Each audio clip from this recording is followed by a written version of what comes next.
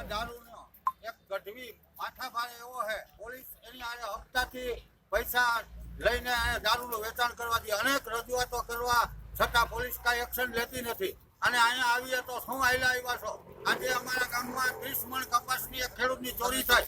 સવારે ફરિયાદી આવ્યા તો હું અત્યારમાં ધોઈડા આવો છો અને નસું ખેંચો છો. અમારી પોલીસ સ્ટેશને આવીને શા માટે અમારી નસું ખેંચો?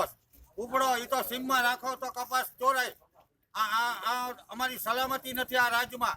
અને આ પોલીસ કોઈ જાતના પગલા લેતી નથી. પૈસા સિવાય કાંઈ ભ્રષ્ટાચાર સિવાય કાંઈ છે નહીં.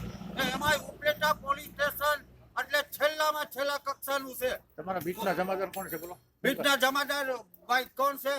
કિશોરભાઈ અમારા બીટ જમાદાર. એ કે દારૂનો ઠેલો તમે પકડીને લઈ આવો. મને ઓલું આપો લોકેશન. મેં એને 10 લોકેશનો આપ્યા. પોલીસ એને સામે કાંઈ પગલાં જ નથી પડતી. અને એ માથાભારે માણસ છે. ગઢવી કરીને ક્યાંક ખંભાળી સાઈડના આવેલા છે અને એમાં પોલીસ એની હારે જોડાયેલી છે.